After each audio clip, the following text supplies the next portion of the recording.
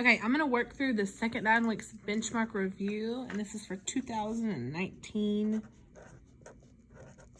to 2020 school year. Okay, number 1 says the shaded area below represents a farmer planting crops in his plots of land. According to the model, what percentage of plots has the farmer planted crops in? Okay, you will have at least one, if not 2 questions like this on your benchmark where you have a shaded portion of a larger picture. So the way we're going to do this is we're going to do part over whole.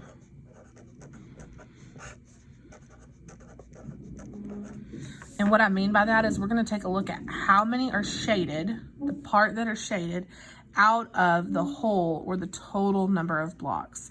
So let's start by figuring out the part. 1, 2, 3, 4, 5, 6, 7, 8, 9. So there are 9 shaded out of 10, 11, 12, 13, 14, 15, 16, 17, 18, 19, 20. There's 20 total. Okay, now I can use this fraction and I can turn it into a percent and then a decimal by dividing top in, bottom out. So 9 in, 20 out. Okay, and if you haven't already done this, as we go through and I'm working them, I want you to work them on your paper and pause the video as you need so that it doesn't give away the answer before you finish doing your work. Okay, so when you divide this, 20 doesn't go into 9, so we can add our decimals and a 0, but it goes into 94 times. We add a 0 and bring it down, and 20 will go into 100 5 times. So we should end up with 0.45 as our decimal, and we know that if we're going from a decimal to a percent, we're going 2 places to the right. So 1, 2, that makes this 45%. Okay, on number 2, a baby pig weighs 4.30 pounds at birth. By the time the pig was a year old, he weighs 4.5 times his birth weight. What is the pig's weight at a year old? Okay, so because this says times, that tells us right there that this is a multiplication problem. We have 4.30 or 4.3, and we have 4.5. Now, the one thing I know about 1/2 is I already know that as a decimal, 1/2 is 0.5.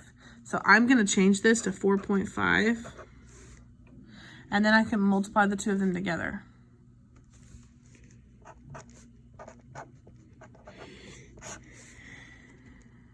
Five doesn't go into 0. 5 times 3 is 15. 5 times 4 is 20, plus 1 is 21. Add a 0. 4 times 0 is 0. 4 times 3 is 12. 4 times 4 is 16, plus 1 is 17. 0, 5, 3, and 1. And then I go back up here and I look and I see that I've got 1, 2, 3 numbers that come after decimals. So down here in my answer, I need to make sure that 1, 2, 3 numbers come after decimals. So my answer is 19.350 or 19.35 pounds.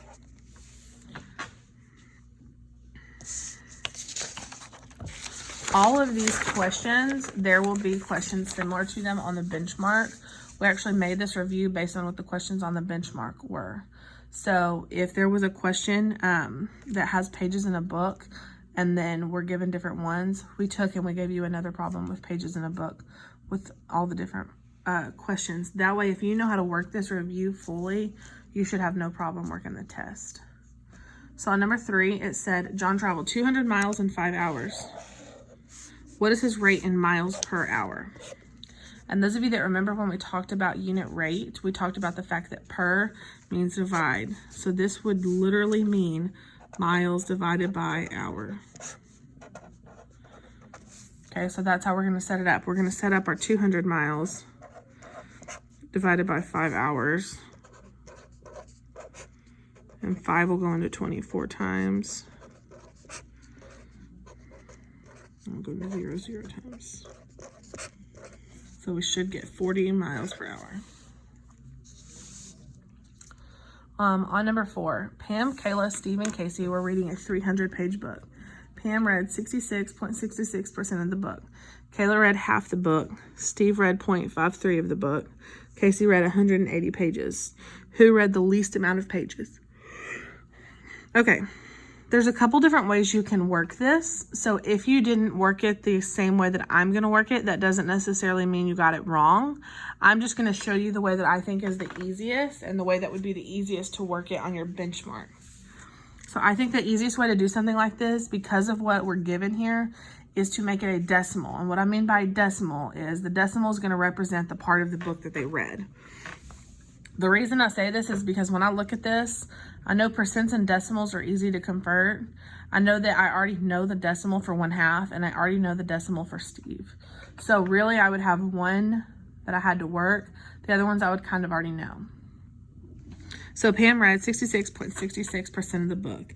And I know from the Dr. Pepper rule that when I'm going from a percent to a decimal, I move to the left 2 spaces.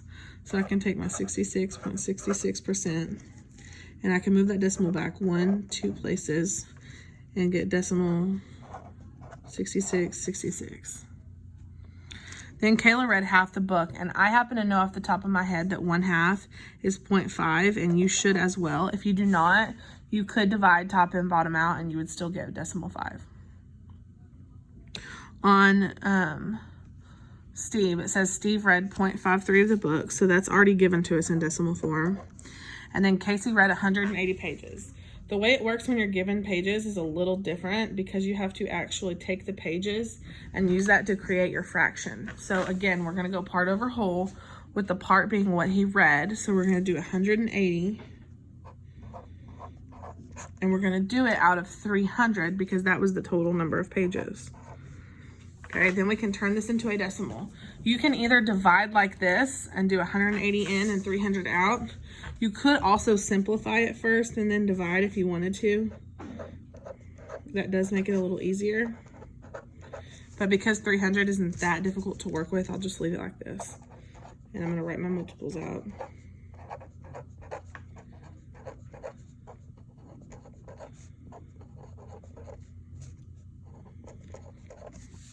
So you can use those for reference as you need. So 300 does not go into 180, so I add decimals and a 0, but it does go into 1800 6 times. So my decimal for Casey is 0.6. Now, what you can do over here is we can actually line these up and give them the same last name by filling in with zeros to make sure that we know which one is the smallest. But you should have been able to tell that 0.5 was the smallest, or Kayla was the smallest, which means Kayla read the least amount of pages.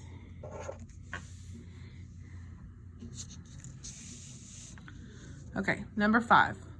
The firework testing committee reported that 4 out of every 50 fireworks were defective or did not work. At this rate, if a large order of 600 fireworks were purchased, how many would be defective? When you have something like this, you're going to set up a proportion. You could do 4 over 50 and multiply it times 600, but the best thing I can tell you to do is to set up a proportion, or you might be calling it a window, and then see what 2 things we're comparing. Here we're comparing the number of fireworks that did not work or were defective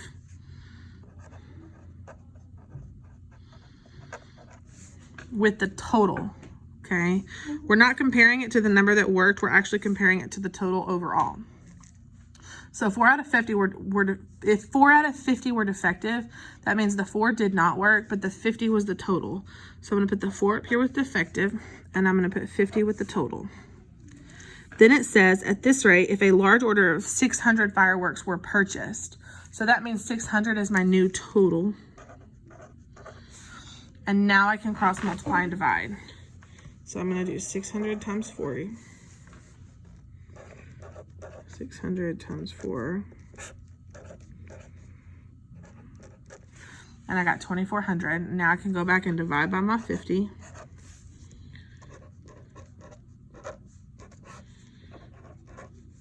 $50 goes into 204 times.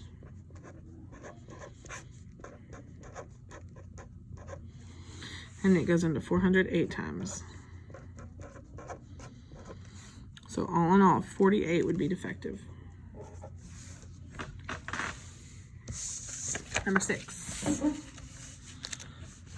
Number 6 says, Sage ran 8.5 miles on the track. If each lap around the track is 1/4 of a mile, how many laps did she run? There's a couple different ways you can do this. Okay. I've had some students tell me that they're just using their common knowledge that there's 4 laps around the track is 1 mile. And so they're multiplying 8.5 times 4. That's a great way to do this. Some other kids are taking 8.5 and dividing it by the section. So they're dividing it by 1/4. Because of keep it, change it, flip it, you will get the same answer either way. So you can either work this by doing 8.5 divided by 1/4. Or if you're more comfortable, you can do 8.5 times 4. It does not matter either way. Okay, so 8.5 or 8.5 times 4. 5 times 4 is 20. 8 times 4 is 32 plus 2, 33, 34. And there's 1 decimal in my problem, so there's 1 decimal in my answer, 34 laps. Now, I also had a student tell me this morning, I thought this was pretty clever. He said, well, I did 8 times 4, and then I did 1/2 times 4, and I added them together. And that will actually work as well if that's the way you worked yours. Okay, number 7. What decimal is equivalent to 93%? Again, we're talking Dr. Pepper rule. And then if I'm moving from a percent to a decimal, I'm moving to the left 2 spaces. So I'm going to take my 93% and I'm going to move my decimal to the left 1, 2. So I'm left with 0.93. Read the 2 situations below. Jose is 6 years older than his brother. Older than his brother means I would add. So that means this is an additive problem. Kenzie read 75 pages per hour. Per hour tells me this is a multiplicative problem.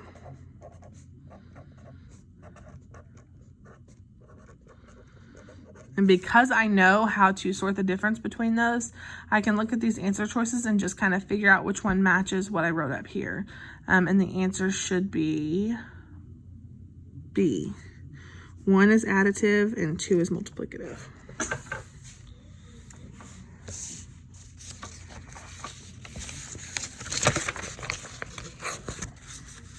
Number 9.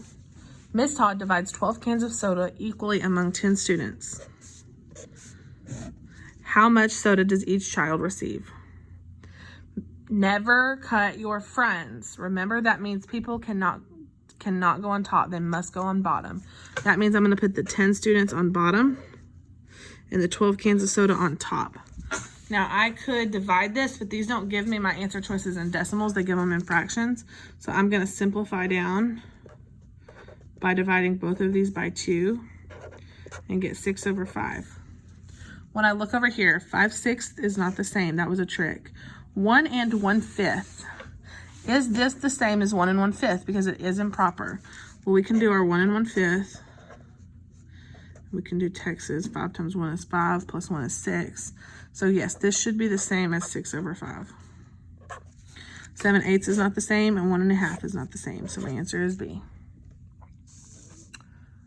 On number 10, a recipe calls for 4 tablespoons of flour and 16 tablespoons of sugar. The ratio below represents the relationship between tablespoons of flour to tablespoons of sugar. What number is missing? So this tells me I'm going flour to sugar. So I'm going to look back up here for my numbers. 4 tablespoons of flour to 16 tablespoons of sugar. So I know it's got to equal 4/16, and this starts with a 1. So instead, I'm going to take my 4/16, and I'm going to start by seeing if this will simplify. I know they're both divisible by 4, and when I divide them both by 4, I end up getting 1/4. So that would be 1 to 4. So my missing number would be 4. I'm going to go ahead and cut this video off, and then I'll finish the rest in a part 2 video.